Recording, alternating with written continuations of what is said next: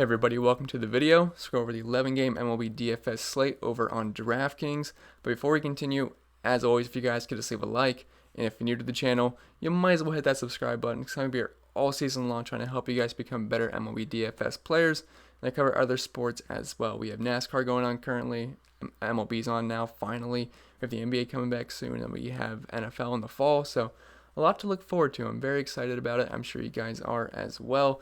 So if you're going to keep coming back to the channel each and every single day or every single week, you might as well hit that subscribe button and turn on the notification bell so you don't miss out whenever I post new content. You can also follow me over on Twitter, MattChrisPennell16. You can follow me on IG at CPenn16. And even for more content over on Patreon, it's always much appreciated.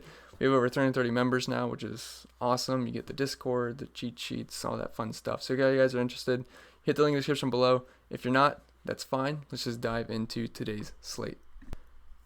So up top we have Yu Darvish, and he's the pitcher with the most upside on this slate. He's also got the best numbers on this slate. And last night, if you guys were watching the game or at least looked at the box score, Kyle Hendricks absolutely mowed down this Brewers team. He had a complete game shutout, just absolutely murdered the slate. He was very low owned.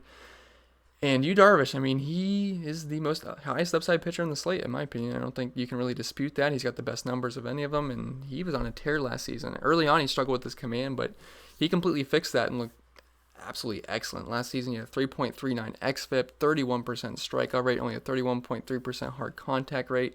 And if you're looking at the matchup versus the Brewers, now they do obviously have some good hitters, but they still have a 25% strikeout rate versus righties, and they're 200 ISO, so again, they can do some damage, but overall, I think the strikeout upside is there for Darvish, and he is expensive, but Kyle Hendricks did very well versus them last night. I think Yu Darvish can certainly get close to double-digit strikeouts here.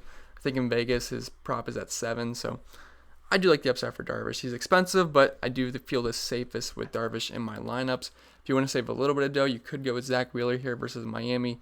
Again, anytime you have a pitcher versus Miami, they're in play. Only a 3.86 implied team total against Zach Wheeler.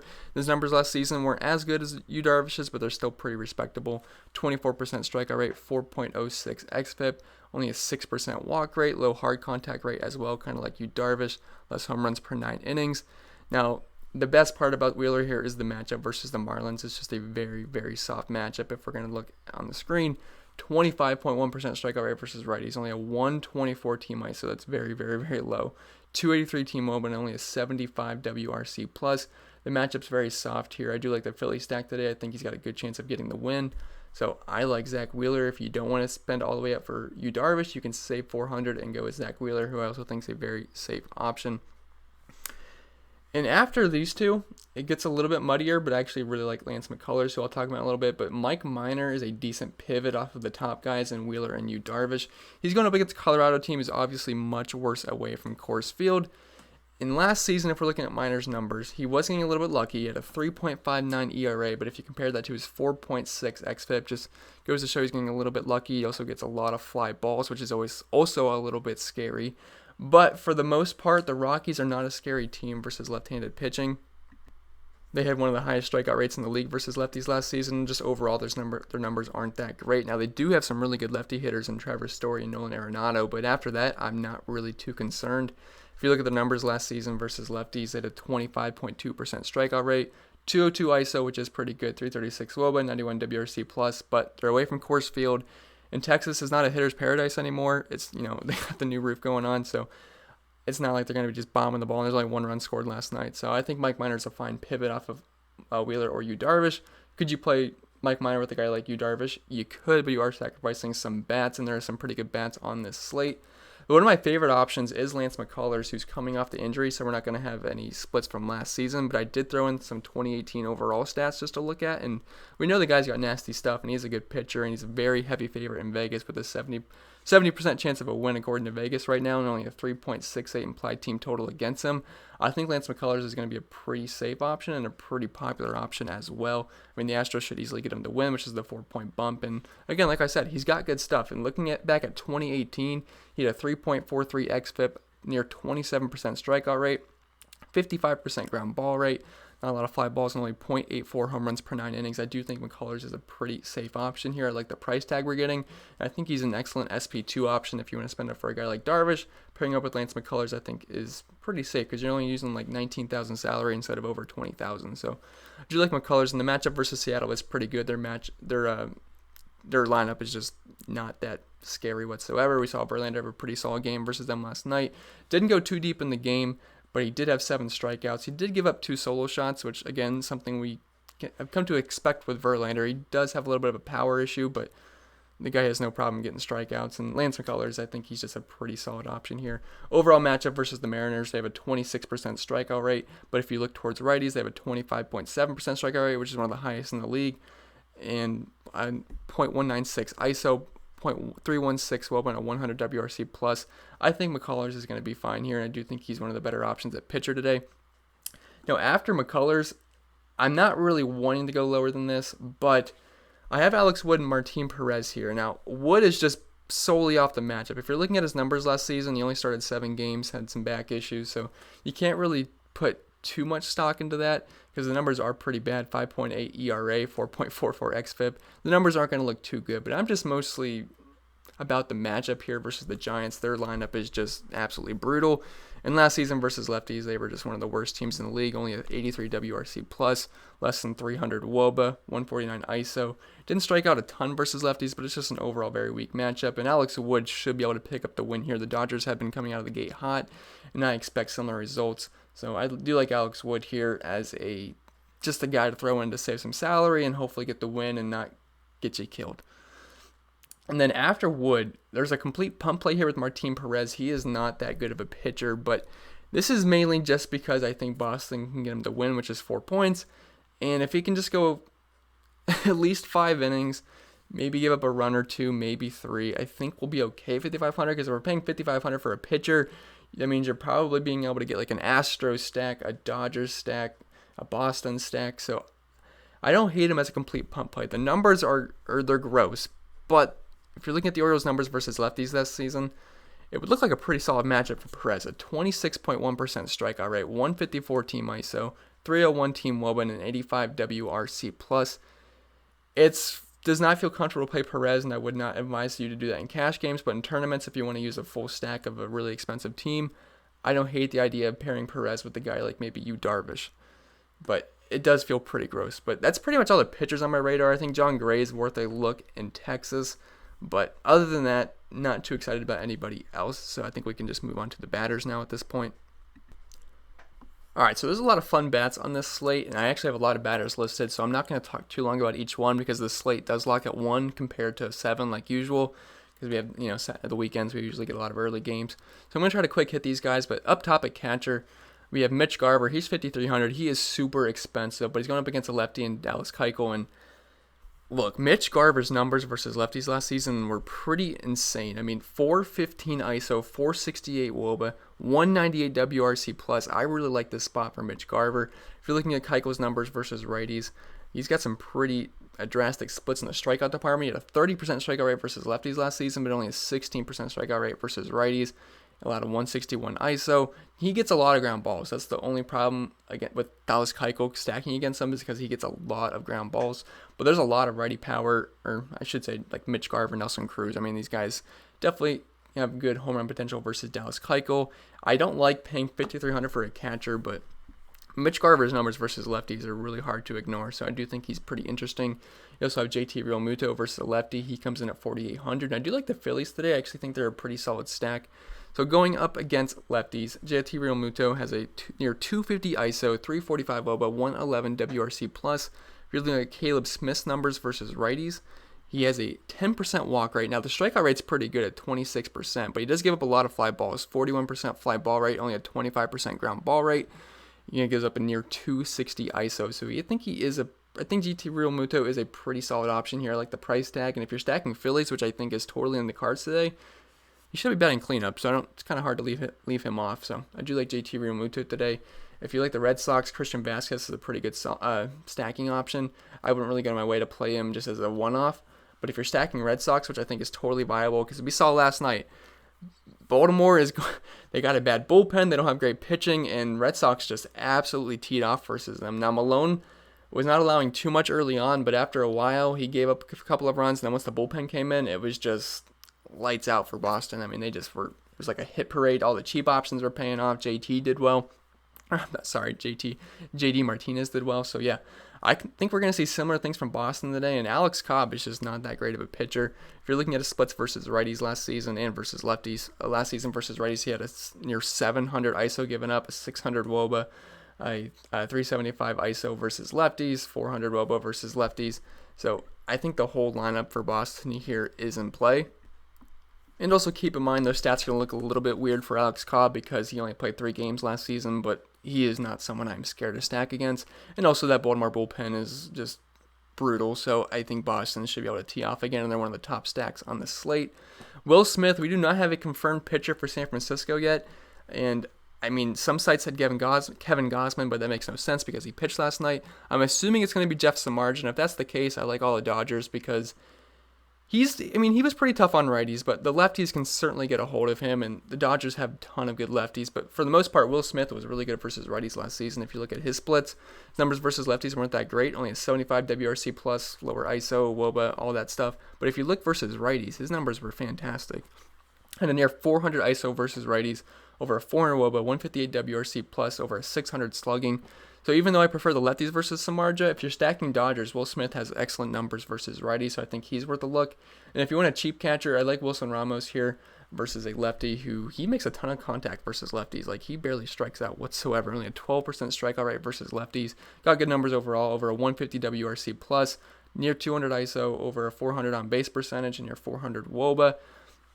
So I do think Wilson Ramos is worth a look at 3,100. If there's a 2K catcher that pops up that makes the lineup, I wouldn't mind putting him in your lineup because I love punting catcher because then you can just spend up for everywhere else, and I just don't like spending up for catcher for the most part. I mean, sometimes I do, but if I can get a punt catcher, I totally just like throwing that in, and then let me spend up at first, outfield, all that stuff. So just keep in mind if a 2K catcher does pop up, you can use him, and I have no problem with that whatsoever. But the best value, in my opinion, right now that's should make the lineup is Wilson Ramos.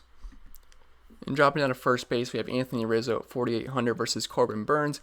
And anytime Rizzo's going up against a righty, I'm going to have interest because he hits righties very, very well. If you look at his splits, he's got over a 400 WOBA versus them, over a 400 on base percentage, a 240 ISO, 150 WRC plus. If you're looking at Corbin Burns' numbers versus lefties last season, he gave up over a 500 WOBA, over a 300 ISO, over a 16% walk percentage. And he had a 38% strikeout rate versus righties last season. But versus lefties, he really struggled. So I do think the lefties in Chicago are in play, specifically Anthony Rizzo. Going down to Rhys Hoskins, he's 4,200. Actually, I kind of messed that up because I like to put these in pricing order, and I guess he would be below Muncy and Moreland.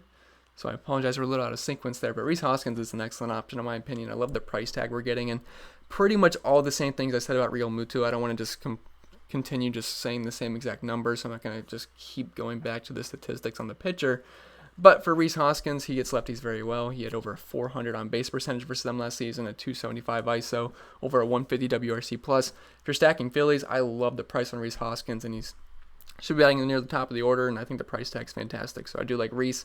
Max Muncy, again, we do not have a confirmed pitcher for San Francisco, but I'm assuming it's Jeff Samardzija. I don't think it really matters for the most part who the pitcher is, but if it is Jeff Samardzija, he does struggle versus lefties. And Max Muncy, he's coming off a double dunk performance last night, and look, we're still getting a good price tag on him. I'm surprised he's not more expensive, and he will be leading off versus a righty. I believe he hit second last night versus lefty when Tyler Anderson was named the pitcher, but either way, it doesn't matter. He hits lefties well, he hits righties well. Max Muncy is still an excellent play no matter who it is, but specifically a really good play versus Samardzija if he gets the start. But you guys get the number. You guys know the numbers. I mean, Muncy's good versus lefties, good versus righties. If you're looking at his numbers versus righties, he's got over a 260 ISO, over a 370 on base percentage. You guys get it. Dodgers are good. All the Dodgers lefties are in play. Pretty much the whole lineup for the most part. All right, and then we have Mitch Moreland. He's 4,300. And again, I like everybody on Boston here. The sample size on Alex Cobb's not big enough really to look at his numbers specifically last season. But in 3 games last year, in 12, I think it was like 12.1 innings. He struggled mightily, and then that bullpen's pretty awful. So everyone in Boston's in play here, and we're still getting some pretty good prices on these guys. Andrew Benintendi's really cheap. JD Martinez isn't above 5K. I mean, these guys should be able to just tee off again versus Baltimore and their horrible bullpen, so I do like Mitch Moreland. Dropping down to second base, we have Ozzie Albies, who's excellent versus left-handed pitching. If you're looking at his splits versus lefties and righties, he is a switch hitter, but he hits lefties much, much better. 180 WRC plus versus lefties, a near 400 batting average, over a 450 WOBA, near 300 ISO. Ozzie Albies versus lefties is always in play for me, so I do like Ozzie. Now, Steven Matz actually has the worst numbers versus lefties, but he's not going to just completely shut down this lineup, so do have some interest in the righties. In Atlanta, I also think Freddie Freeman's an interesting option if you want to go lefty on lefty matchup, which I think people usually stay away from.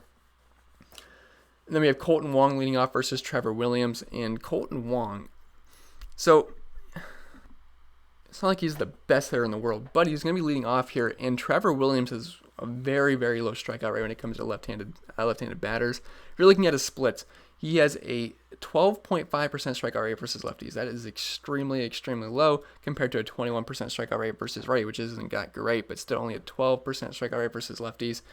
And I think he's actually a pretty... I'm not Trevor Williams, I don't think he's a solid option, but Colton Wong, I think he's at a pretty good price point. I believe he tripled last night, if I remember correctly. And leading off, good price tag. I don't mind Colton Wong here, and I do like the lefties on the Cardinals.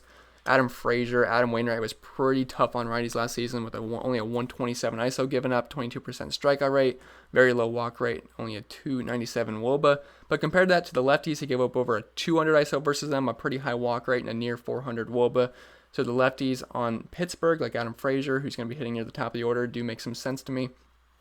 Going into Jose Peraza, he's 2,900. His price did not really move from last night, and look, if you played Jose Peraza, you just ate that chalk, he paid off for you because he scored nearly 20 points. I forget exactly where he got, but he crushed his price tag. I believe he was 2,800. He's sitting at the bottom of the order, but it didn't seem to matter. I mean, the Boston just kept hitting. It was a hit parade for them, and hey, I like everybody on Boston today. He's really cheap, and if you want to just punt second base or shortstop, I have no problems at all going back to Jose Peraza. I have a hard time seeing him not score at least some points, and I'm just really looking to stack Boston again.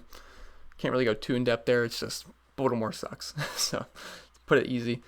Going down to third base, we have another Boston player, Rafael Devers, who is much more expensive than Peraza. So, if you're playing Devers, you have to make it a point in your lineup because he is very expensive, $5,600. I actually think he's the most expensive bat we've talked about. But, look, I want anybody and everybody versus Cobb. I want anybody and everybody versus this bullpen. If you're looking at Devers' numbers last season versus right-handed pitching, he had over a 400 WOBA, near 300 ISO, 153 WRC plus, 330 batting average.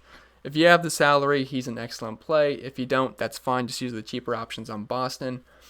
Then we have Nolan Arenado. Anytime Nolan Arenado is facing a lefty, I'm going to have interest. Now, I do like Mike Minor, but really the only guys I would worry about with Minor is Nolan Arenado and Trevor Story. But outside of that, I think Minor's going to be fine. But Arenado's numbers versus lefties last season had near 300 ISO, over 400 WOBA, 144 WRC plus. Mike Minor just gave up a lot of fly balls, so would not surprise me if Arenado took him deep. Now, again, this is not a hitter's paradise in the summer anymore, not in the slightest, but I do think Arenado is an interesting... I don't know if he's going to be lower. He'd probably be higher than Devers, to be honest, at 5,600, but I still think he's a fine option. You have Josh Donaldson. He comes in at 4,500 going up against the lefty Dallas Keuchel.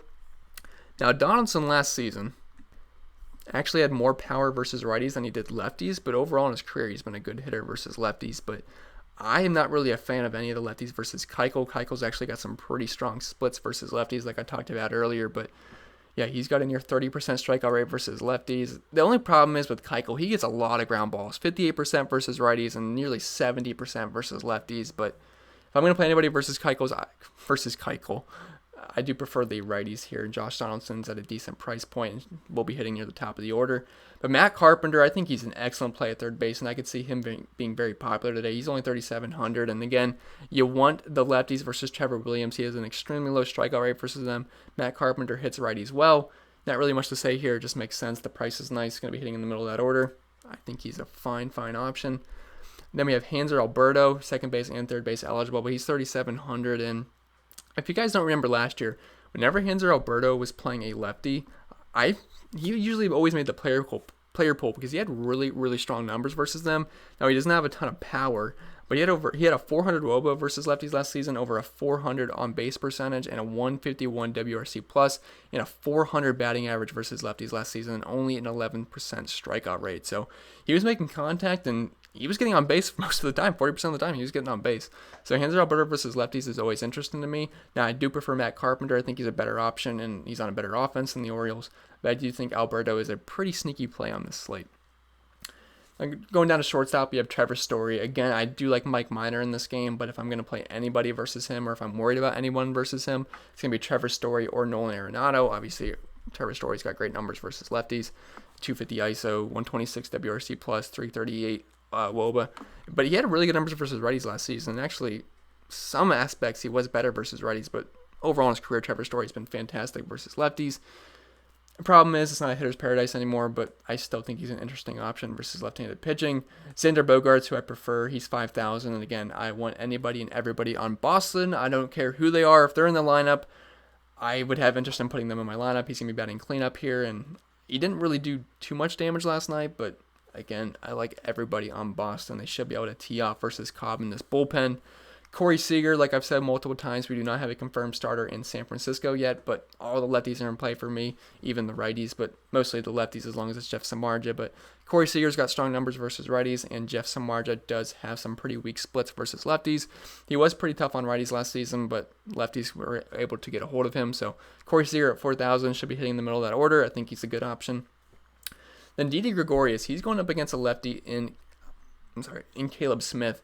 And that might scare people away, but Didi Gregorius actually has better numbers versus lefties. So last season, he had a 250 ISO versus lefties compared to a 186 ISO versus righties, 87 WRC plus versus lefties, and an 82 WRC plus versus righties.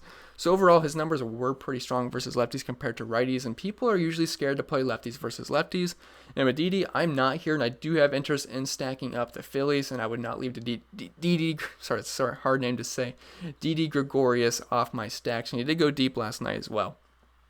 Then Jose Peraza, who I already talked about, he's also eligible at shortstop, and again, he's a very nice, safe value option in my opinion, just because he's on one of the best offenses to stack on this slate. And then dropping down to the outfield, we have Ronald Acuna Jr., he's at 5,500, and anytime he faces a lefty with Albies, I mean, they're going to be on my radar. I mean, they just hit lefties so well. He's going to be leading off. He's got stolen base upside. He's got power upside. He can pretty much do it all. If you're looking at his numbers last season versus lefties, he did 270 ISO, 130 WRC plus. I mean, he's a fine option. I mean, can't really go too in-depth there, but Acuna versus lefty, always on my radar. Cody Bellinger, I've said it so many times, but again, no confirmed starter here, but it doesn't really matter who Bellinger faces. He has elite splits versus lefties. He's got elite splits versus righties. Dodgers are going to be top stack nearly every slate so far, pretty much for the season, because their offense is just so good. You got Seager, Muncy, Betts, Bellinger, Turner. I mean, the list just goes on and on. That offense is stacked. But yeah, Bellinger's numbers, lefties, you got 316 ISO, but versus righties, 167 WRC plus, over a 400 on base percentage, over a 400 WOBA, over a 320 ISO.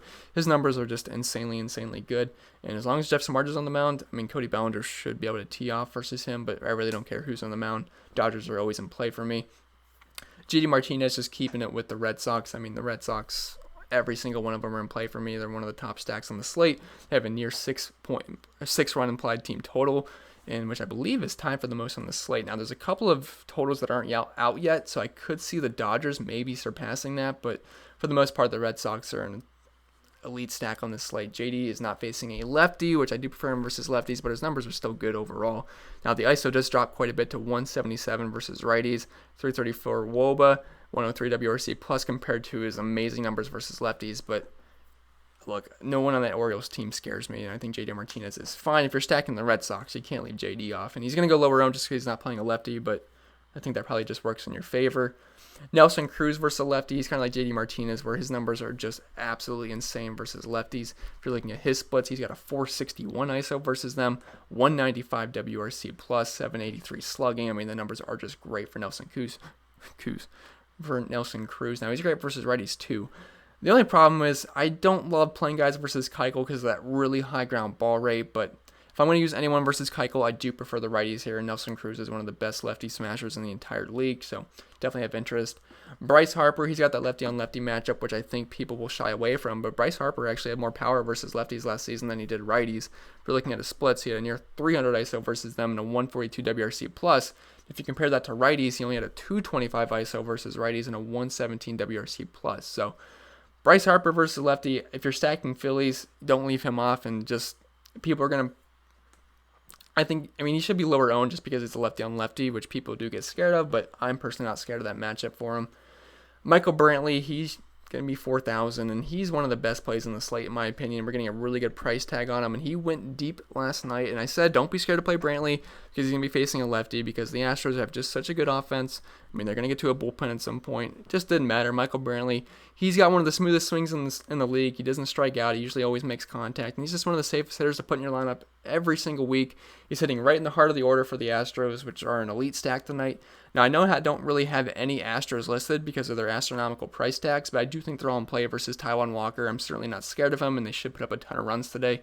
But I wanted to single out Michael Brantley because the price tag of 4,000, that's just way too low. He gets a matchup versus a righty this time instead of a lefty, and his numbers versus righties last season, if we just look at the splits, he had a 146 WRC plus over a 320 batting average. Only struck out 8% of the time versus righties last season. Had a 225 ISO, 385 WOBA, 380 on base percentage. Michael Brantley is probably going to be one of the highest owned plays in the slate, but he just makes too much sense to me. Love the price tag.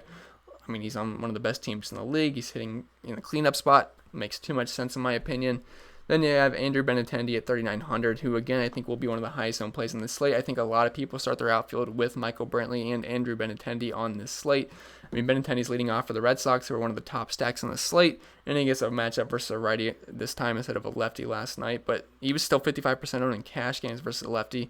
So now that he's facing a righty, and the Red Sox went absolutely bananas last night, Benintendi is going to be heavy chalk, and I think he's probably going to get 10 for one of the highest owned players on the entire slate, him and Michael Brantley. So yeah, absolutely love Benintendi here. Obviously much better numbers versus righties than lefties. And then if you need an absolute punt play at Darren Ruff at 2,300. Don't have any like projected lineups for San Francisco or the Dodgers yet, or any Vegas totals, but I'm assuming he's going to make the lineup here versus lefty and Alex Wood. And if you need a pump play, Darren Ruff is not the worst, and he's also eligible at first base as well. So I think that's going to be it for the video, guys. Sorry if I talked pretty fast, but lock's at 1 o'clock, and I want to get this video out in a decent time manner. I couldn't make it last night because I don't want to make a video when I'm just like dead tired and I look dead. So I thought I'd wait till the morning. Now it sucks that lock's pretty soon here, but I'll probably just stop talking so I can get this video out soon. But thank you guys for watching. If you have any questions, put in the comment section below. If you haven't already, leave a like. If you're new to the channel, subscribe. Follow me on the Twitter. Follow me on Instagram. Support my content over Patreon if you feel like it. But yeah, that's pretty much it. I'll see you guys in the next video, and enjoy your weekend.